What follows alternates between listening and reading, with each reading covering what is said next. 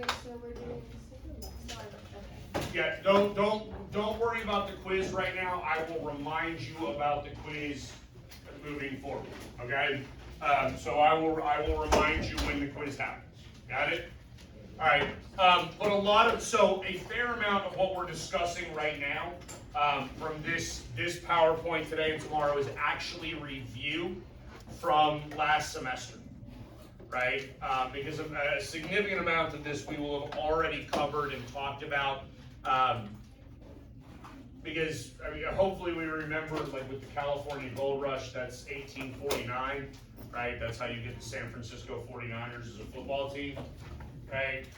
And so we're already beginning to close the West even before the Civil War ends, and by the end of Reconstruction in 1877, when we closed last semester, right, we have very, very little frontier left, right? So first, let's actually talk about that concept. We know what the frontier is, yes? Can we define the word frontier? Not exactly. What is beyond the frontier is unexplored, right? And so what that means is the frontier is the edge of what we know, what we have seen, what we've settled, what we've created. The frontier becomes sort of the edge. Okay? And for a very, very long time, everything we learned last semester, the frontier plays a key role in American culture, American ideology, right?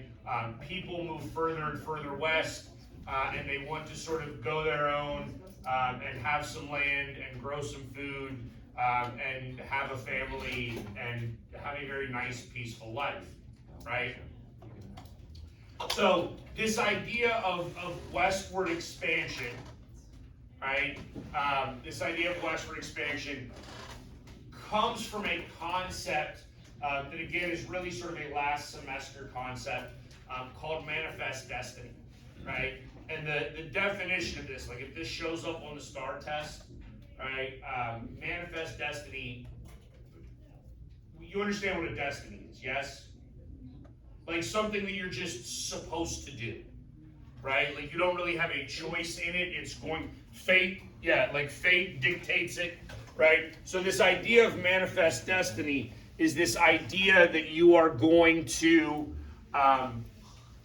continue westward, right? You're going to settle the West. You're going to expand America and American ideology. Now, we know from our very first unit last semester, right? We did Native American history almost in its entirety, right? Who's already living in this area? The various Native American tribes, right? So if we're going to go and expand white culture, because that's what it is, right? It's European culture, into areas where people are already existing, right? That requires a specific belief structure, right? Do you understand that? And there's an arrogance within that belief structure. You're wrong on that. Sort of. But it's not necessarily a matter of right and wrong, right? It's a matter of I'm better, right? Or you are doing things poorly, inefficiently. And so there's this concept called American exceptionalism. And this is a concept that actually, as we move forward this semester, will continue to exist, right? Because I'm sure you've seen sort of memes and cartoons and things like that. Like, America is just star-spangled awesome. Like, we're the greatest country ever.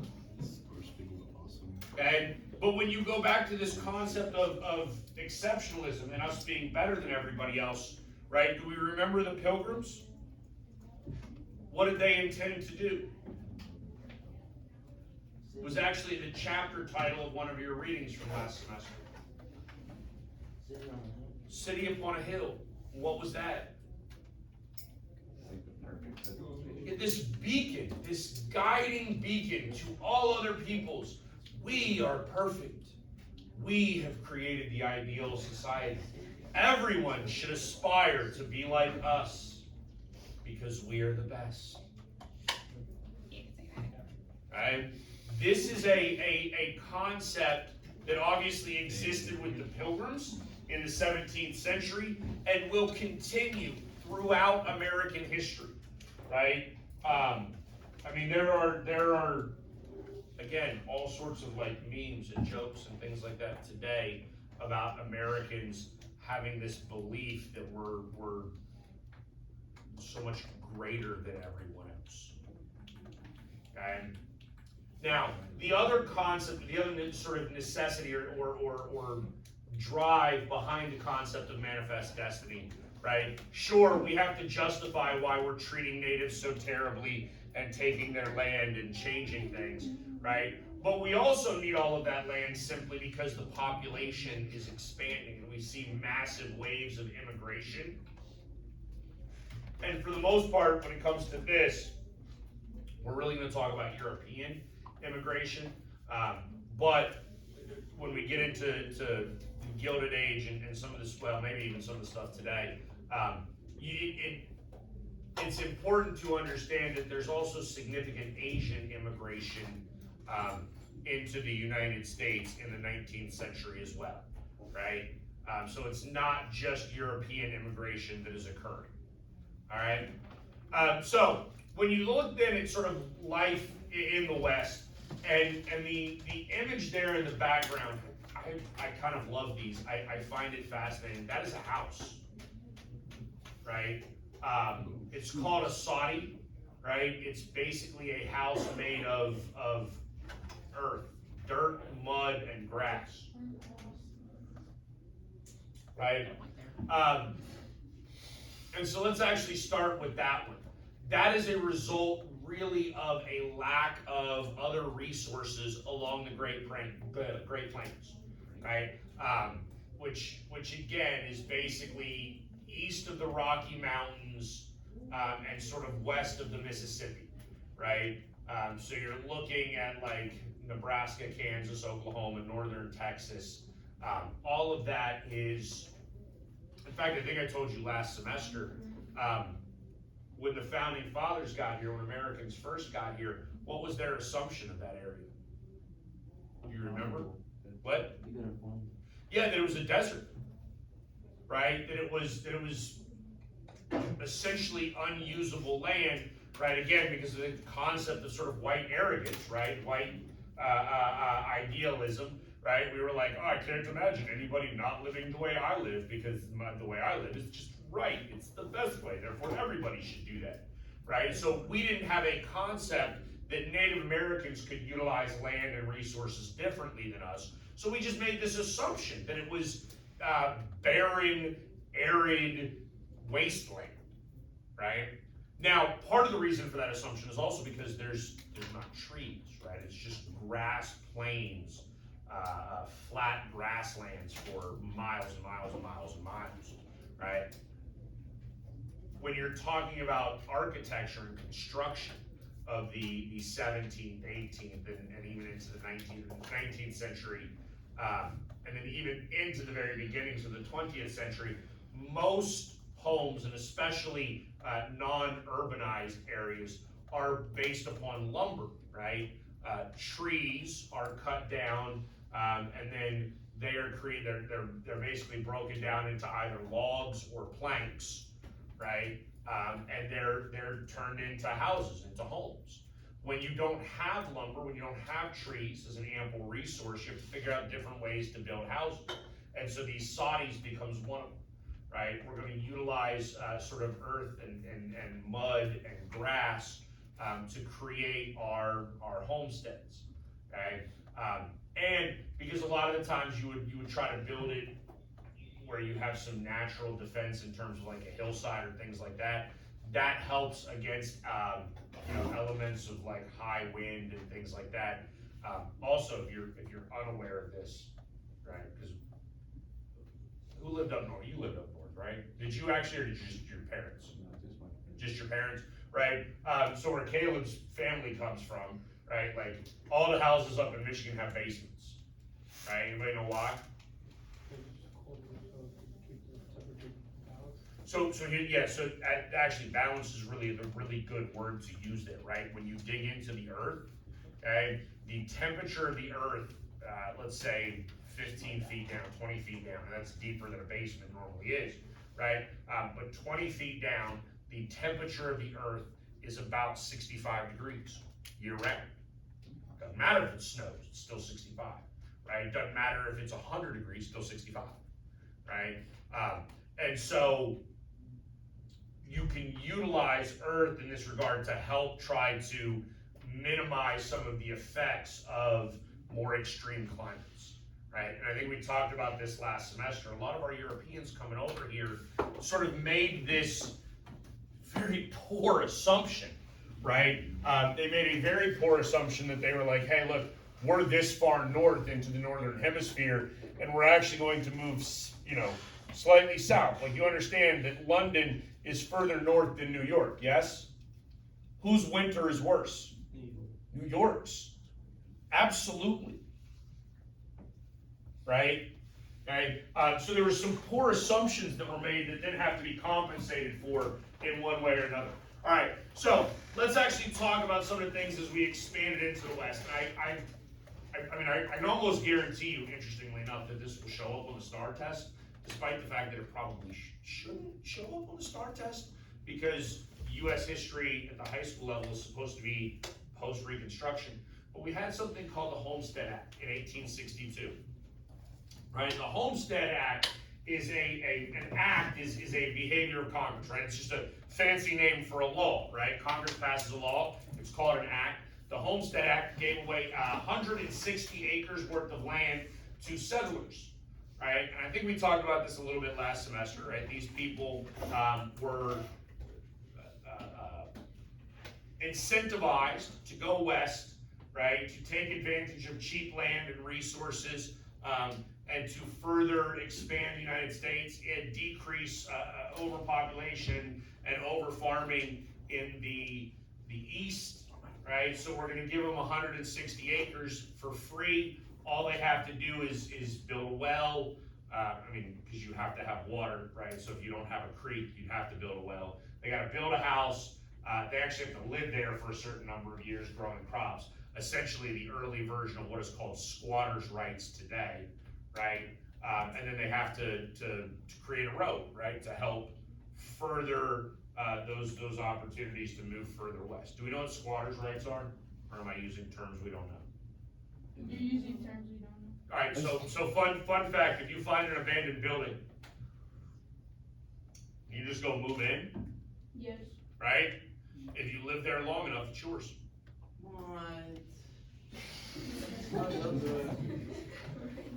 They've abandoned it. No, it has to be abandoned.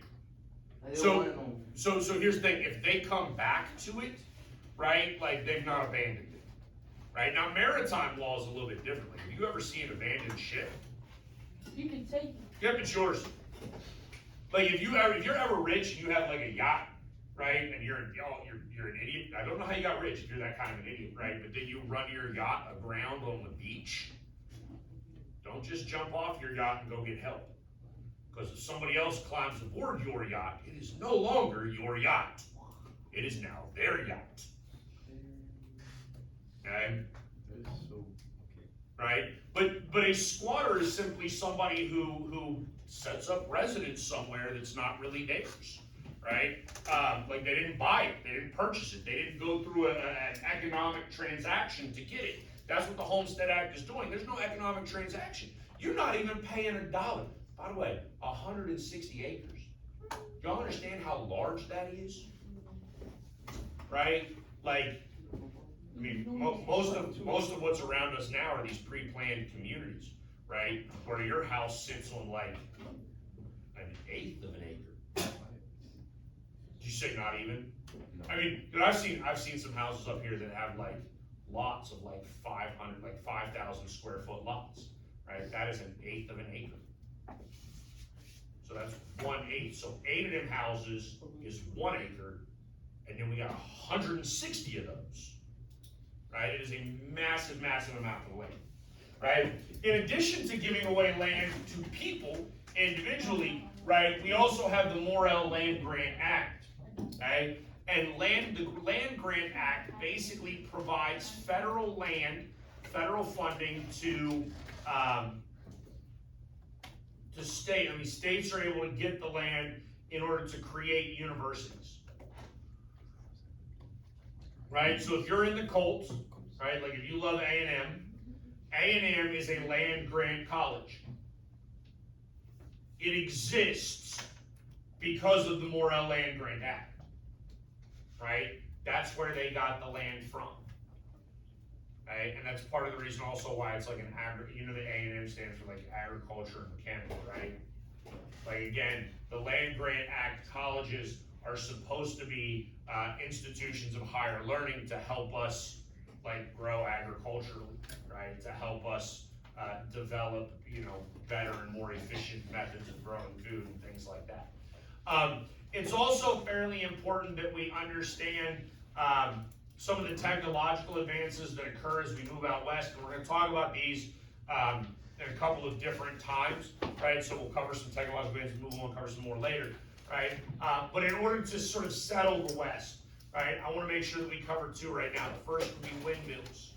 Right, now windmills are not necessarily a new invention, right? Windmills have existed for a long time prior to the 19th century settlement of the West, right? But if you understand a windmill, you understand that the wind blows and it turns, right, those blades, right? And the turning of those blades is the creation of electricity, right? So what do we need that electricity for? And we're using that to pump water out of the ground, okay? Which is slightly more efficient than obviously digging a well and dropping a bucket in there over and over and over and over again, okay? For a lot of the Great Plains, right, for a lot of these plots of 160 acres, you don't have natural waterways that would provide you with clean water and the things that you need to survive. Right? Obviously windmills can also be used to do things like grind down wheat and corn and things of that nature into finer grains that you could then use to make bread. Right? I mean, obviously, hopefully you realize like most bread is made out of wheat.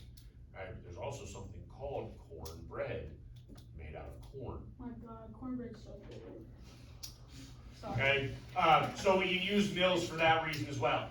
Another thing that helps immensely is we have the creation of the steel plow, right? And so we're going to start very slowly. We're going to start the process of some significant technological innovation, making agriculture way more efficient. Now, we talked about a little of those last semester, right? Because we remember like the cotton gin, for instance, and its impact upon slavery, yeah? And we had the commercial reaper that gets created, but the steel plow is also going to help to dig up and turn over earth at a much more efficient rate, which makes growing food that much easier, right? So as we create these lives in the New West, then we sort of got to get into who's there? Who are the people that are actually settling? Right? And so we'll talk about in significantly more detail in a second the Transcontinental Railroad and how that shapes and changes the American West. But when you look at migratory streams of people, right? Who is coming as we go west, right? We should, hopefully we know, I don't know, did I cover it last semester? If I didn't cover it last semester, I'll cover it again this semester, right? But Ellis Island is a tiny little island in the harbor of New York City, right? That's where our European immigrants get off the boat and they go through a processing process. God, I hate saying it that way. But they go through a bunch of stations where they're sort of given a medical exam and ask some questions as to why they're coming and what opportunities they have. They have family here, do they know where they're going, do they know where they're settling, yada, yada, yada.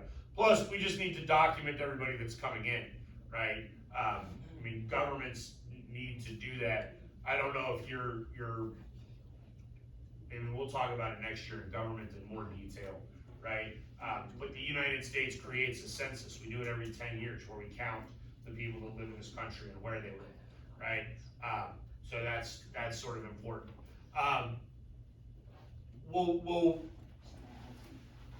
We'll identify the Europeans sort of as the first group out. Now, eventually, African Americans, especially once Reconstruction ends, right? Because during Reconstruction, we remember from last semester, we have the Union Army down there, right? And the Union Army is utilizing martial law to do things like protecting voting rights for black people, right? To ensure that the Citizenship Clause, the 14th Amendment, is being enacted, right? The 15th Amendment, black male suffrage is being honored. And then we're gonna end Reconstruction and the Army's going to go away and our Southern Democrats are gonna take back over and they're gonna systematically deny black people their rights. Once they start doing that, right? Once they start doing that, hopefully you would understand that if you were a black person, like why would you continue to stay there, right? I mean, if you have any economic opportunity or means, like get out and move, okay? I already told you Chinese immigrants are coming over from the West, right? So let's talk first about sort of African American migration. There is a term for it, right? They're called exodusters, right? So there's a mass exodus from the South, okay? These are people that are fleeing the newly created KKK. They're fleeing the end of Reconstruction and the deterioration of protections, the actual legal protections that were put into place in the South during Reconstruction when Republicans had kept the Union Army there, right? You know, so you've got a guy named Benjamin Singleton, who is one of the leaders of this sort of idea, this movement. He's going to acquire a whole bunch of land. You actually have thriving black, I don't even want to say communities, they're bigger than communities, they're like full-fledged towns, right? Because there's so much open space, they're capable of going out there and essentially creating their own town, again, larger than a community, right? So they're going to continue to move. Now, what ultimately ends up happening, there's a whole bunch of people that move west, okay, and then realize because there's not a lot of infrastructure, there's not a lot of comforts already put into place, okay, they don't last. They don't make it. They go out there and they're like, dude, I don't want to work this hard, I'm going back, right? And so we'll see that happen again. I mean, there's honestly, a lot of mass migration events in United States history. There's sort of a yo-yo effect, right? Where a whole bunch of people go and then they're like, nope, whoops, bad idea. And they're gonna come right back.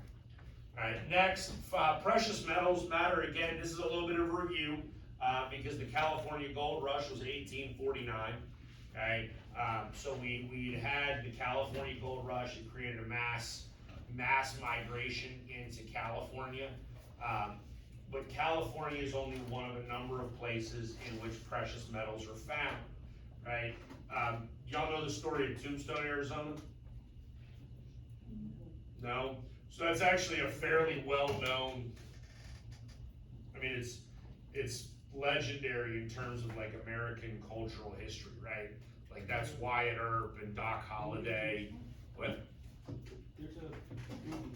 There's a movie literally called Tombstone, right? It was made in 1993. Interestingly enough, there's another movie that's basically the exact same movie made like 6 months before that called Wyatt Earp. Everybody knows Tombstone. Nobody knows Wyatt Earp. I feel so bad for Kevin Costner. Right? But Tombstone is a silver mining camp, right? So when I say precious metals, I need you to understand we're talking about more than just gold. Yes, there's the California gold rush, but there are significant silver mines found in Arizona, Colorado, Nevada, and so you get the same thing that you got with California, right? Massive rush out there, just sort of massive inflationary issues as it pertains to the cost of land and materials in order to mine. You actually have, I think it was gold found up in the Blackfoot Hills of the Dakotas, right, up here. So there's a significant push into some of these previously unsettled areas, because again, I think Americans, I don't think this is not just Americans, I think a lot of people have sort of a get-rich-quick mentality, right? Like if you were given an opportunity to get sort of insanely wealthy overnight, are you going to take that chance? I mean, would you personally? I think the answer is yes. I think a lot of people would do that, especially if you don't even fully understand the risks that are involved, or things like the success rate. I mean, you don't understand what the success rate is of miners getting rich. It's low.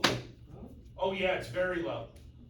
Because there's all kinds of claims that are made, right? There's all kinds of lands that are purchased that ultimately don't have any precious metals on them.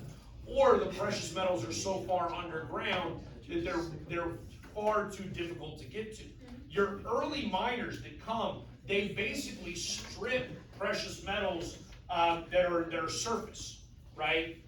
They're not digging deep into like mountains and canyons. Like, I mean, again, let's go to sort of like fantasy land for a second. Like, you know what a hobbit is? Or a dwarf, right? And like J.R.R. Tolkien's The Lord of the Rings. What do the dwarves do? They mine, but they dig like so, like in one of their books, they dug so deep into a mountainside that they like found hell. I mean, it's a book, right? I mean, it's a fantasy book, so I understand. Like, I'm not actually telling you to do that, right? But that's because that's where a lot of precious metals are actually end up being found, right? And so what ends up happening is a lot of the times you're gonna have corporations that come in and will purchase some of that land, and then the corporations can make money because they have the resources to dig deeper and mine deeper, right? But the number of people that actually get rich is relatively low. No. I'm talking about the people that bought the land themselves and are mining for themselves. Yeah, I'm talking about the people that bought the land for themselves and are mining for themselves for precious metals to get rich quick. Now, I mean, if you go to West Virginia today, right, and you go find you a coal miner in West Virginia, where I come from, they pay pretty well, right? I mean, the likelihood of them dying is also pretty high, right? Because you have mines that collapse, right? That's part of the reason why they get paid well, right? I mean, additionally, you work in a coal mine for 30 or 40 years, you're gonna die of lung cancer, I guarantee that. Like, you don't have to smoke a cigarette one day in your life, you're gonna die of lung cancer from all of the coal dust and ash that's getting into your lungs as you're breathing down there. Like, you know why I left West Virginia? I didn't want to be a coal miner. I'm serious. Like where I grew up, like your options were basically coal miner or truck driver. Like that's right. I mean, myself and 3 of my cousins, we all joined the military because it's not the life we wanted, right? Further life in the West. We'll talk about this more at the end of this PowerPoint, right? But Indians are going to be sort of resettled. They're going to be moved. They're going to be driven off their land, sometimes by force, sometimes by coercion, sometimes by actual treaty. It just depends. Economically, life in the West is very volatile, right? There's not a lot of security economically, right? So you have periods of booms, periods of busts, all sorts of issues as it pertains to that. Okay? In addition to the mining, in addition to some of the homestead acts and the farming, you also have the creation of ranching. There's a massive cattle boom. And the plains, right? Texas, Oklahoma, Kansas, this becomes cattle country. Now this also creates the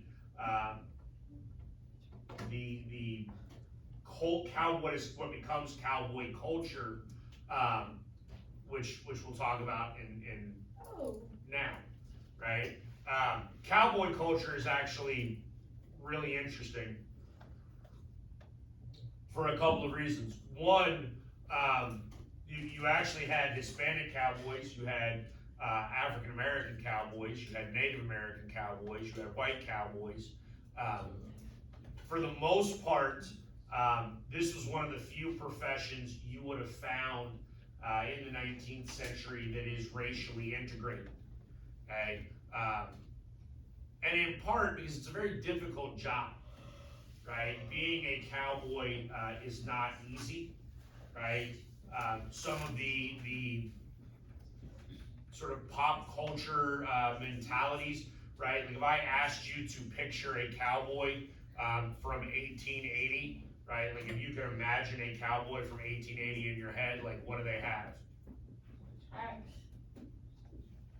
What? hats, They have an axe, hats. hats, okay? Right? I mean, obviously you gotta keep the sun out your face, right? You live outdoors, right? If you go back and look at like the horses, right? Most of the time the horses had some sort of like pup tent, right? Maybe a blanket back there. I mean, you're sleeping on the ground regularly, okay? Now, imagine sleeping on the ground in Kansas in January, right? That's not ideal. Wet and cold, right? Well, hopefully you would find a non-muddy place to lay your head. Like, you know, I mean, like these are guys that had to understand all sorts of things like geology, geography, right? Because you realize where we live here in Texas, there's flash flooding, right?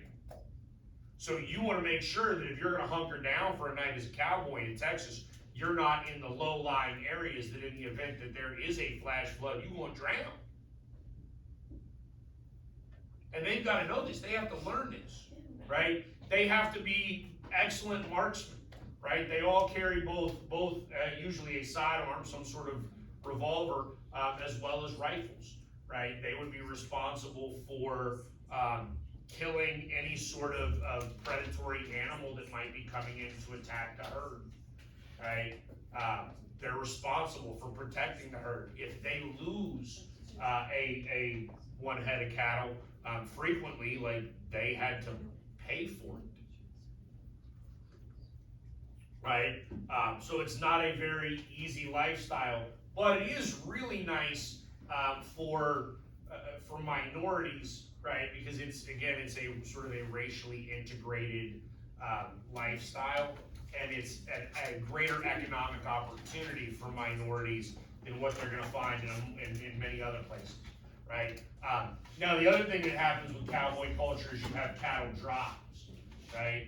And I mean, if you listen to country music, sometimes they still talk about that. But a cattle drive, right, is essentially where you're taking cattle here from northern Texas, right, and you're literally walking it north over, weeks into Kansas in order to put it on a train, right? Because that's how you get it then to St. Louis or Chicago, where there would be slaughterhouses, right, that then butcher the beef and chop it up and turn it into, steaks and ribs and ground beef and all of that wonderful stuff. Right? As the farming begins in the West, we make some pretty stupid mistakes, right? Last semester we talked about Virginia, okay? So when we had the Virginia colony, what was the biggest mistake that they made? Overuse of the land. Overuse of the land, specifically as it pertains to tobacco, right? So they overfarm, okay? They strip the land of nutrients and soil because they're greedy, right? And I think that's human nature in some level, right? Like we want to make money, we want to increase our lot in life, we want to have economic prosperity. Okay? You had this issue in the plains. You had people over farming, and then you also had issues in the plains as it pertains to water, rainfall. Tornadoes are a significant issue. So farm life is again very boom or bust, right? You might have a great crop, you might have a terrible crop based upon factors that are really outside of your control, right? And then eventually we're gonna end up with commercial farming in the Midwest, right? Because commercial enterprises have the capital to purchase commercial machines, right? Meaning large tractors and reapers and planters and all sorts of things that the individual farmer is not capable of purchasing. They don't have the means to buy large equipment because they are a sort of an independent operator, right? They're making it on their own, blood, sweat, and tears. Right? This is a little graphic here of some of those cattle drives, and I've never seen a real good explanation. I mean, I'm sure some of it had to do with like shipping rates, right? As to why you would have different cattle routes going into different locations, right? And more specifically, like why this route right here that is passing multiple railroads to go up into Nebraska to take the railroad that goes into Chicago, right? And I've seen some speculation from historians that says that that's a result of shipping prices for those railroads, right? That those railroad shipping prices might have been too high for those cattle drives, or that the processing plants, right? The butcher shops in St. Louis might have been charging too much in order to butcher, not paying enough for the cattle. Now, what happens with these cattle drives, right, is you understand you're talking about like herds of hundreds of cattle, yes? Okay, you ever seen a herd of hundreds of cattle? Okay, can you imagine hundreds of cattle? Right, which means you then have fours of hundreds of feet, yes? Because every cattle has 4 hooves, right, 4 legs. Okay, what do you think happens to the ground when 100, 200, 400 cattle walk through an area?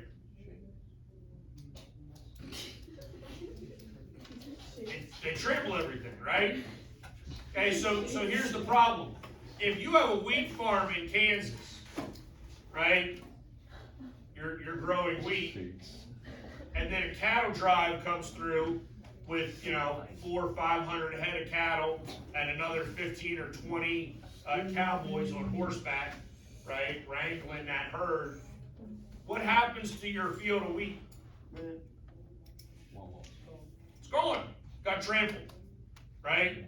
Actually, what do you think the cattle are doing first? Yeah, they're probably eating some of it. Who's paying for that? I mean, here's the thing, and understand this, right? If that's your little 160-acre farm that you got from the Homestead Act, right? You're growing some wheat out there, and all of a sudden 400 cattle and 20 cowboys come through, and your wheat is all gone. You gonna force the cowboys to pay for it? Yeah, you could try, but they got guns, and there's 20 of them. Right? It might be you and your 3 sons and your 4 daughters. Right? And your old lady back at the house. Like, you're going to lose that battle. You understand? Okay? So, the farmers now are going to have to figure out something in order to protect themselves. And so, here's one of the, interestingly enough, probably one of the most important inventions in American history that is also one of the easiest, simplest inventions in American history. And that's barbed wire. Do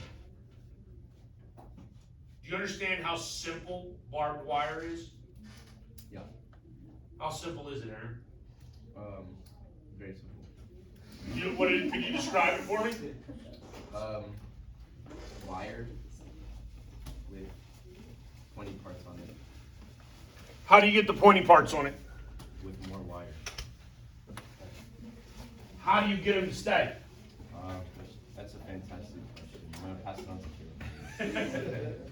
So here's the thing, this is actually how simplistic this actually is, right? And this is where the genius comes in, right? Because you don't have to create some sort of machine that takes you to Mars to like drastically change the world, right? You basically have a piece of wire, and then you're gonna have another piece of wire, right? And they're both gonna be long pieces of wire. Now, you take very short pieces of wire, right? And you have a point here, right? And you wrap it around, and then you have a point there, okay? Right, so there's basically like a hole right there.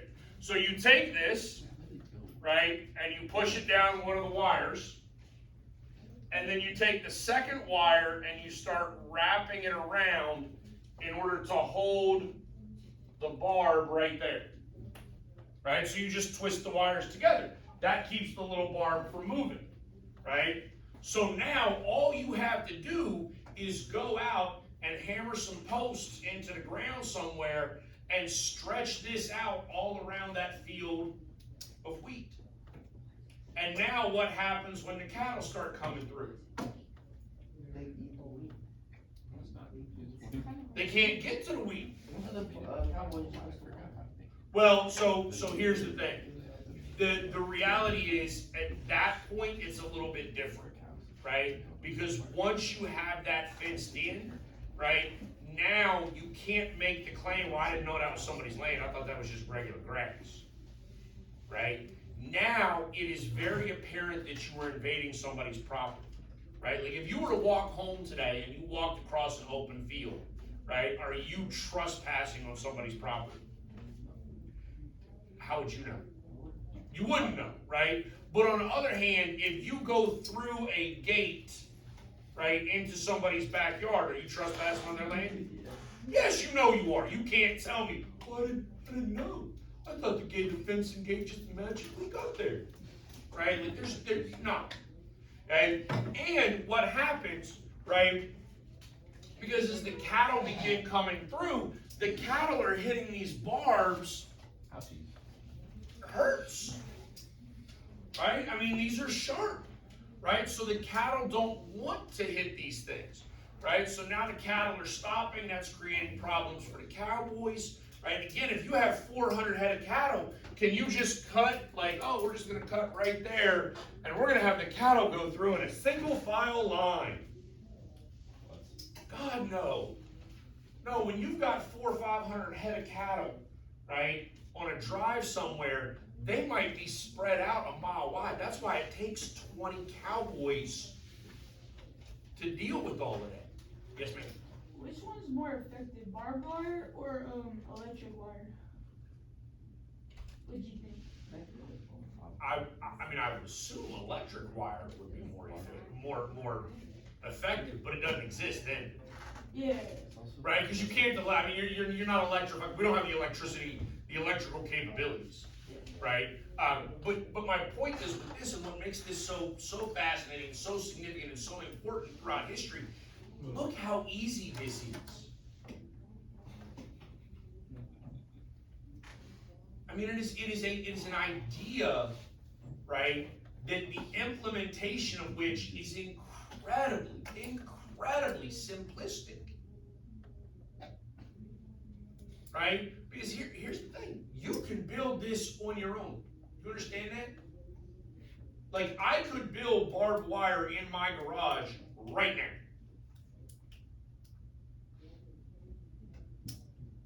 Not hard to do. Right? And what it does is it now starts to grid off the Midwest. Right? It decreases that open range concept because that's what the cowboys needed. The cowboys needed all this open space, right? And so cowboy culture as it pertains to cattle drives, man, it lasts 20 years. That's about it. That's how quickly change occurs because these Midwestern farmers are not going to continue to lose crop after crop after crop, year after year after year, right?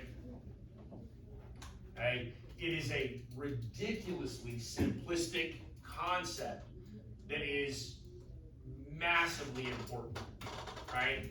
I'm still calling this life in the New West, but obviously now it's a little bit different because as we have continued to migrate and move westward, right? A lot of it is these homesteads, right? These large plots of land where people are going in on their own, right? But we have also created Chicago, which is like right there, right? It becomes a massive metropolitan area, right? It ends up becoming the hub of the West. I actually find it fascinating, right? You know what the gateway to the West is? Y'all ever heard that term? Gateway to the West? Anybody ever seen that massive arch in St. Louis? That is the gateway to the West, right? Now, that is the gateway to the West because St. Louis is where Lewis and Clark set out from.